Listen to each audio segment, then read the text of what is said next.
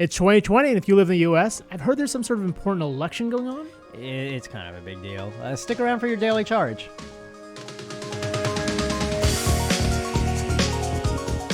Good morning and welcome to the Daily Charge. It's Tuesday, February 17th. I'm Roger Cheng. And I'm Alfred Ng. And here's today's main story.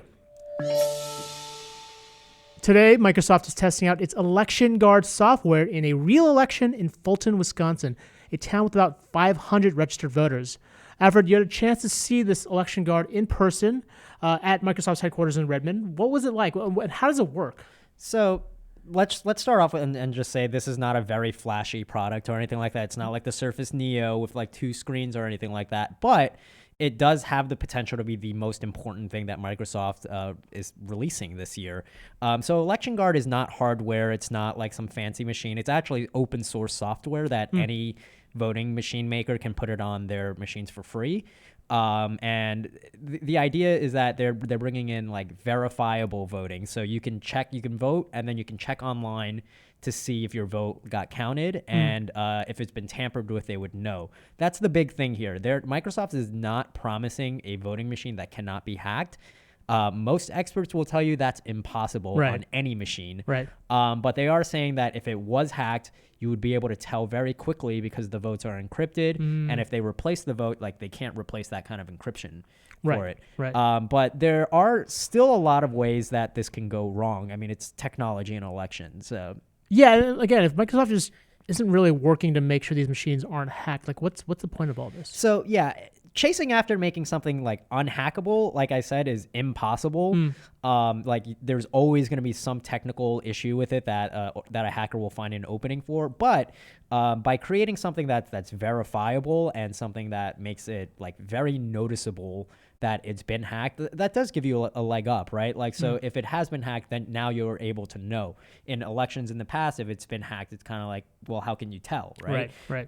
So the way they're doing this is something called like homomorphic encryption, which is a lot, and it's a very kind of abstract concept, but it's easier to understand if you break it down this way, where like when something is encrypted, you can't really do anything with it unless it's decrypted, right? But you can't do that to a vote because you need to add the votes together. So encryption like brings security to the vote, but it makes the vote useless unless it's encrypted, and you can't. And then decrypted later on. Yeah, and you can't decrypt it because then like I voted for this person or you voted for this person. Oh yeah. So homomorphic encryption is basically a type of encryption that allows you to add stuff up that's encrypted already. So let's say encryption turns like the number 5 into gibberish, right? Homomorphic encryption would take that gibberish and still be able to say, okay, well, we can add this to something else without making it back to the number 5.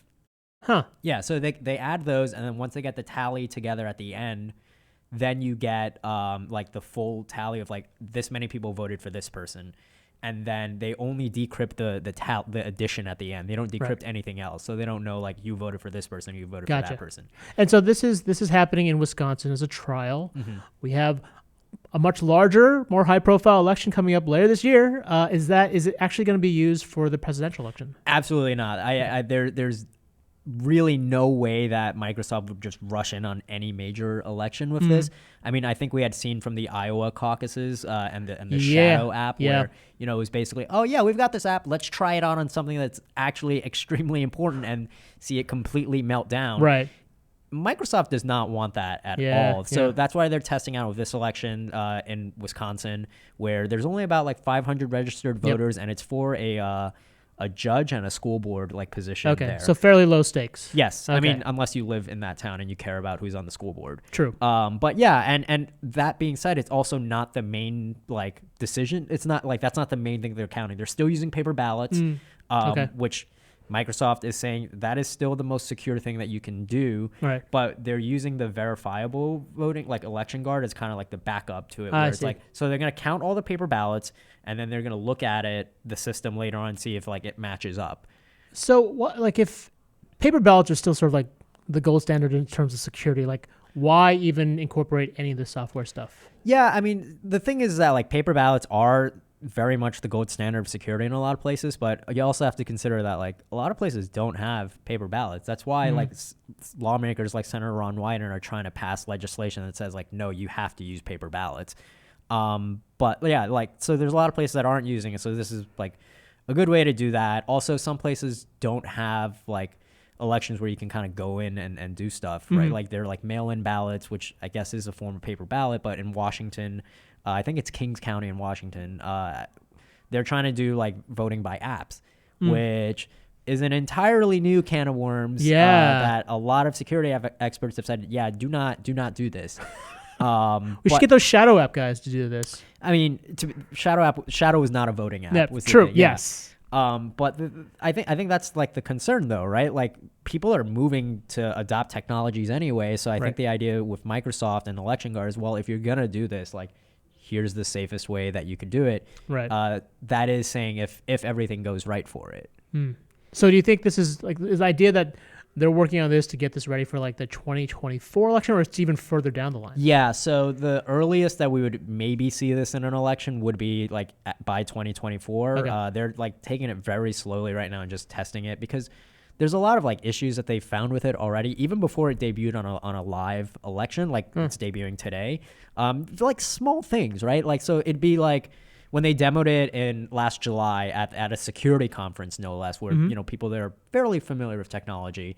The way that it works is like once you cast your vote on the touchscreen, it prints out two sheets of paper. One is the paper ballot that you put into the box to vote with. Okay. That's the one they count. Right. And the other one's a piece of paper with like a QR code on it and a tracking code that you can scan and say like, after the polls close and say, oh, this is my vote. I want to see if it got counted and if it got tampered with. Got it. But when it printed out there, they were like, why do we have two sheets of paper? What the hell? And they would just like put both in or something like that. So that's the thing. It's like the biggest concern that I've seen for this is not so much the technology, more so that it's user error, right? Got it. So one of the things that they've been doing to address that has been they're doing this in Wisconsin, where the second sheet of paper that's the receipt now is printed in yellow. I don't know if that, but it's a very small like user experience fix. But yeah, I think that's the idea, is that like even if the technology is perfect, they have to account for human error, which is something that the entire tech industry has been dealing with for years, not just election security. Another issue being that, you know, only 6% of voters in a study at the University of Michigan actually reported errors. That's the other thing too, right? They're saying like, oh, you can check your vote now, but like, how many people actually do that? So even if there were errors, they didn't bother to check. It's on you to check it. And like how often do you do something like that? Yeah, that's, you know, when you put it on people, that's tough. Yeah. So they did this study with like 241 voters at the University of Michigan, where it was basically every vote was rigged. Like every vote had an error. Oh, wow. And they wanted to see how many people like actually looked at their vote and said, hey, there's something wrong with this. This is not who I voted for. 6%. Wow. So that's like another hurdle for them. Yeah, that's not reassuring. Yeah. All right, so let's turn to you guys in the live audience now to see what you want to learn more about. Do you think this is a step in the right direction with voter security? And what pitfalls do you see possibly being an issue? Are you in Wisconsin, and can you give us some direct feedback? Sound off in the chat. We'll dig out the best questions and comments to keep the conversation going. BVG? All right, first and foremost, thanks, everybody. Hope you all had a nice weekend. We're glad to be back after our little Monday American holiday President's Day break. And it's also great to have Roger back. Hey! Thanks. Glad to be back. How was Dad the sequel? Dad the sequel was good. It was taxing. It's someone asked me like, how was my vacation? I'm like, definitely wasn't Not a vacation. Not a vacation at all. So I'm very happy to be back. Oh, good to have you back. We definitely need your expertise. We got some good questions and comments. Alfred, the way you phrased it, you have to account for human error. I was kind of curious in how that perspective shifts, and does this system prevent human tampering? Well, yeah, that's the whole point. Like it's supposed to. Okay. Actually, well, it doesn't prevent tampering, right? It can't prevent tampering, but it basically makes it so that like if you do like hack a vote, it's very obvious. Right. If the person checks. Yes. If the voter checks. Yeah, right? but I mean, it does like the election board can also check themselves. Like, that's the idea, is that like because it's all open sourced. Once all the votes are in and once the polls are closed, anyone can download all the votes, all the encrypted votes, and check it to see like if it matches up with what's being reported out there. Gotcha. But yeah, like disinformation like happens very frequently with stuff like that, where if I were an attacker, I would pretend to say like, oh, I downloaded the votes, here's what they are, and look, like this person like won, even, and it's if that's the loudest voice on social media, everyone will believe that, even if it's not necessarily true. Yeah. Just because I've seen disinformation campaigns, and that seems to be the ongoing trend. So it does not prevent tampering, but it prevents very effective tools to catch it and try to stop like disinformation campaigns, which is a very difficult task. Yeah. And on that note, if we're going to continue dumbing things down so that I can understand them, homomorphic. What is a more? You started to explain it. You did a good job. I'm still stupid. What's the layman's terms for what does homomorphic mean when it comes to the elections? It's like a math thing. I was speaking with Josh Benella. This is Microsoft's like senior cryptographer, Microsoft research department. And he gave a very good quote for it that I'm looking up right now. And this is basically the easiest way to explain it. It's sort of structured gibberish. Like, you can't tell what it is. It's like when it's encrypted, it is gibberish, but it keeps enough structure to it that you can actually work with the gibberish rather than like making it not gibberish. I don't know if that's an easier way to explain it, but I mean, so like the system recognizes the gibberish, Yeah. and can not manipulate, it but can do like math move on it. top of it. Okay. That's the basic part Right, of it. They're but not, it's gibberish to the point where the system wouldn't be able to identify the person who put that vote in, right? yeah, Got yeah, it. Only what the value of the vote is as opposed to Yes. who cast it. yeah, or like Okay. who they cast it for. Got it. Yeah. Got it. It's just an interesting thought to try to grasp because historically there was some form of algorithm or some way to crack a direct translation, and by the sounds of this, that takes that completely out of the equation. If it's pseudo-randomized, is that kind of how it comes up with the gibberish? A way to like visualize encryption is kind of like, and decrypting something is, imagine you put like a banana in a blender and now it's all mush, right? That's it being encrypted. And decrypting it would be somehow returning it back to its regular state of being a banana, which physically is impossible, but like in code, like that's kind of what it does. It's a very like basic understanding of it. And there's a lot of ways that like that analogy is wrong, but for like the average person, that's kind of how I describe it. Like obviously you can't get a banana back from that, but like decryption would do something like that. Sure. And the idea being like on normal encryption for a vote, you can't do that, right? Like you can't decrypt it because then you know like this person voted for this person, and that you're not allowed to do that. Right. So homomorphic encryption would basically be like, oh, we don't need to turn it back into the normal banana. We can use this mush and then add it each other and say, oh, there are, like, if you just see the mush, you don't know it's a banana, right? But homomorphic encryption would basically, oh, there's 10 bananas here. Like, they can tell, like, from parts of it that, like, what it was originally. Got it. That's a really bizarre Yeah. yet effective way to explain it Yeah, somehow. yeah. That was actually pretty good. Timothy says, I'm all for new technology, but voting, it needs to stay old school, paper and pen, or is that just me? Matthew Datcher says, I love the potential voting technology, but if it can't be explained to lay people, it'll never get traction, paper for the win. How do you guys feel as registered voters? Are we excited to see, just personally, go ahead and editorialize, are we excited to see this technology come to play? Do we think it's actually going to be helpful in our experience in going to the polls and engaging with modern politics, or is it all just kind of like blowing smoke?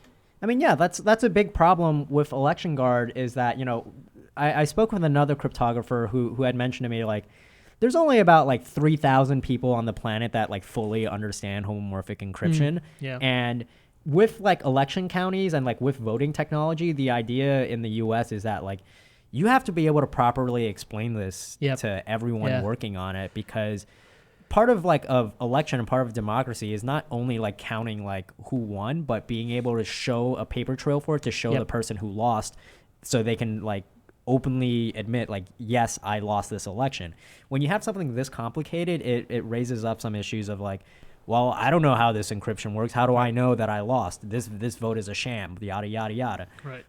So like adding more technology will always like create complications. Again, not because of the technology itself sometimes, more so like people don't understand it. They don't accept the vote for what it is. There's a lack of transparency. Or, Yeah. And, well, the thing of it is I think to your point that it's simple to say, let's just go back to paper ballots, but there are a lot of places that don't use paper ballots or prefer to use voting machines, and that's sort of the reality that we have to work with that reality, right? Yeah. Like, it'd be great if we all just went back to paper ballots, but that's not where we're at. Also, like it is like an accessibility issue too. Right, Like so, right. Microsoft was bringing this up. Like if you noticed in one of the photos, they were using the Xbox adaptive controller Oh yeah, rather okay. than like just using the touchscreen. Right. Part of that being like, well, there are people that like might not be able to use a pen Yeah, or pencil or that's something true. like that, and this is kind of a way for them to do that.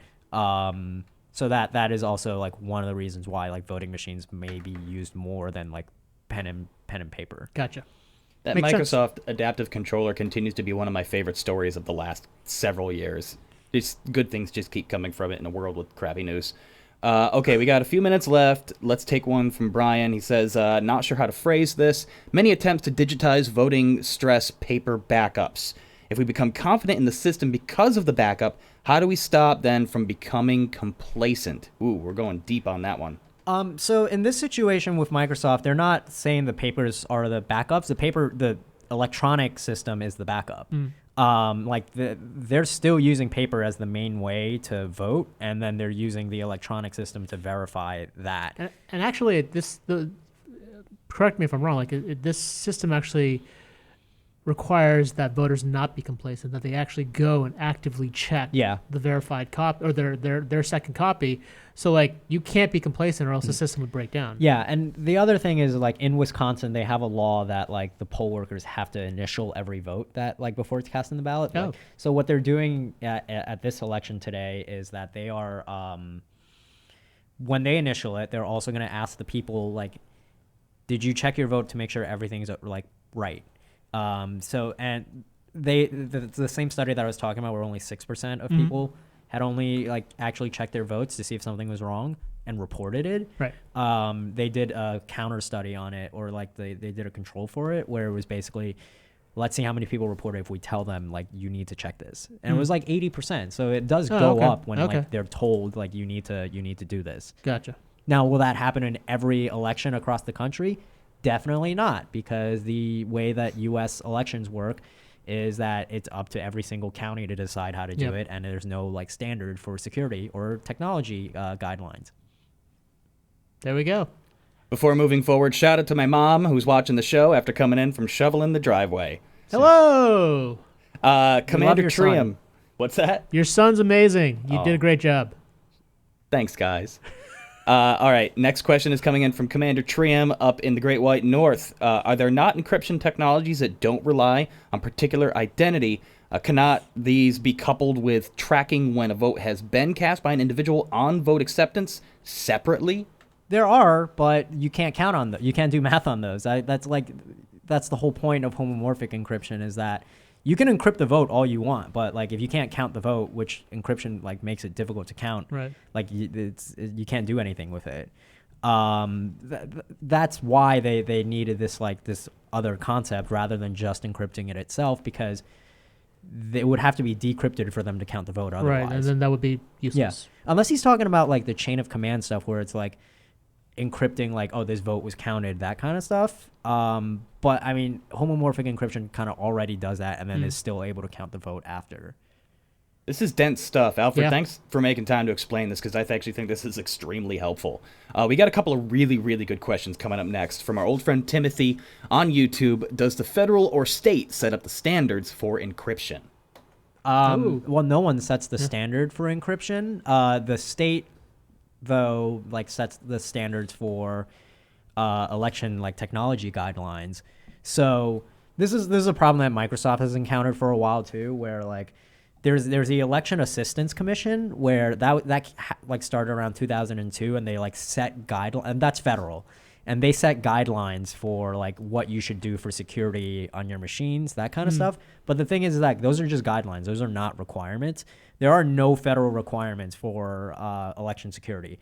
So it's up to the county, and they do that because it's like every county has different needs, right? If one county, if there's a federal guideline that says you need to spend like at least, you need to buy these machines and only these machines, then like a county that doesn't have that much money, like they're just not going to be able to vote. Like it's different for every like Right. area.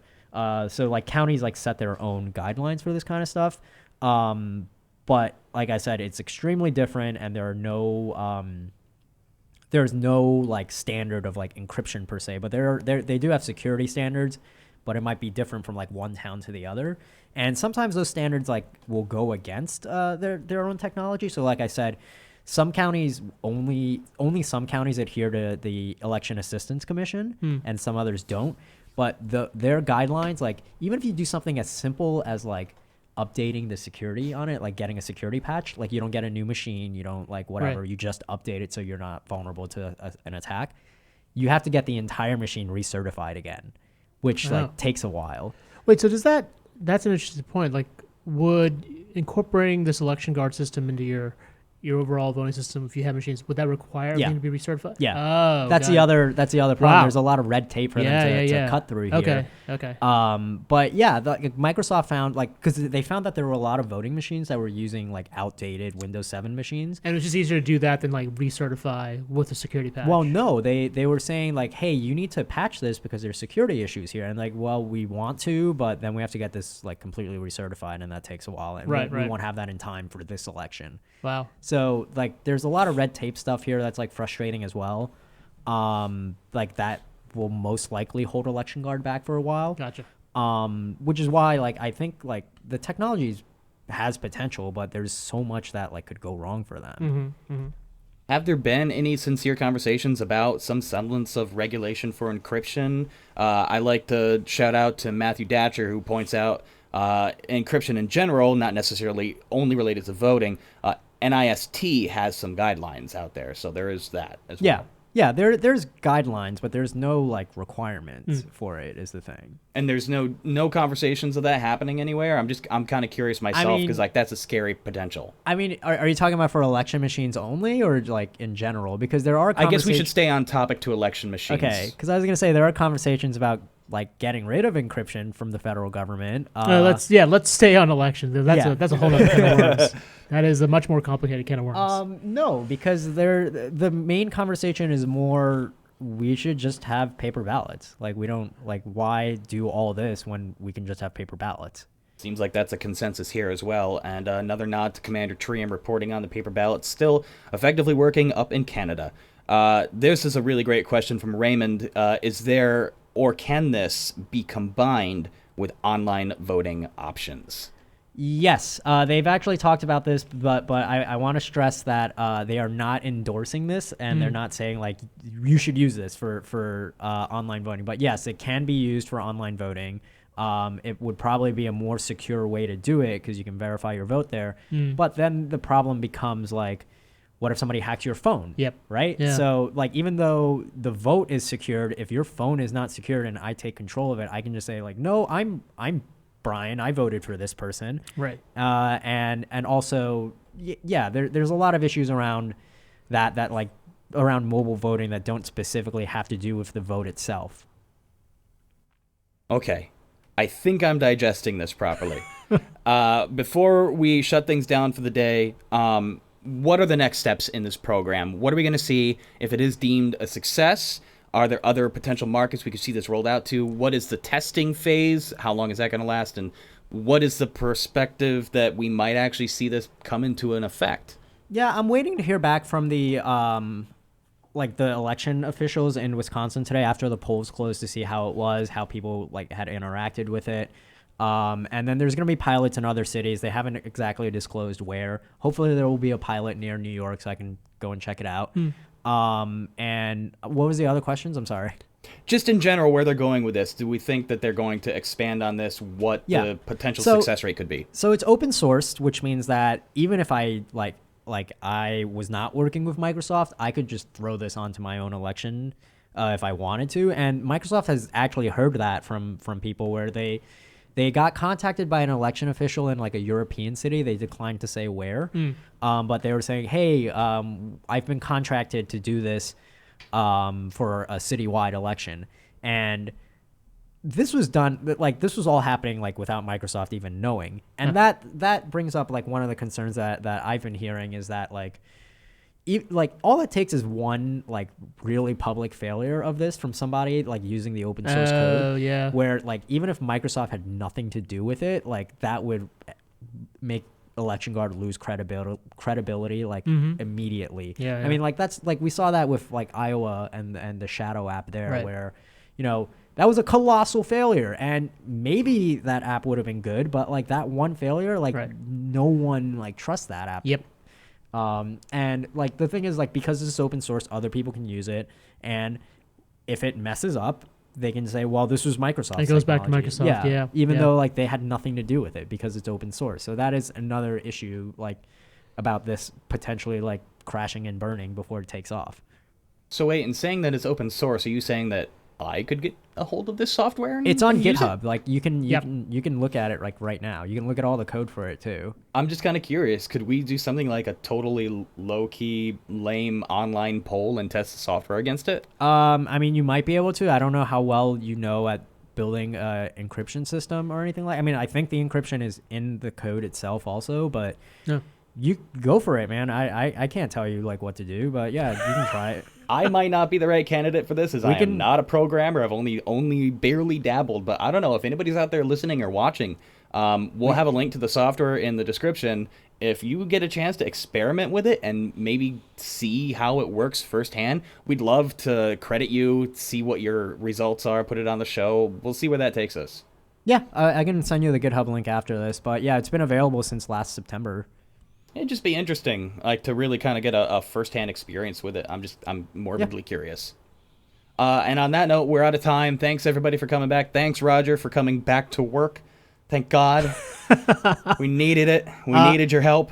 Well, I'm definitely thrilled to be back, and this was a really relevant conversation given we just had President's Day. So, all right, if you would, we would love it if you'd subscribe and ring the bell to join us weekday mornings and be a part of the daily news cycle here at CNET.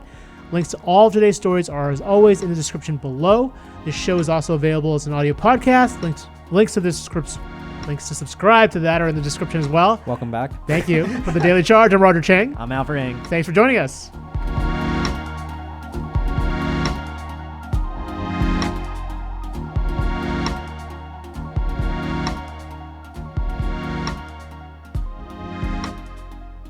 Can't get enough? Check out the Daily Supercharge, our extended post show with special features, audience Q&A, and in-depth reviews. Available now wherever you get your podcasts.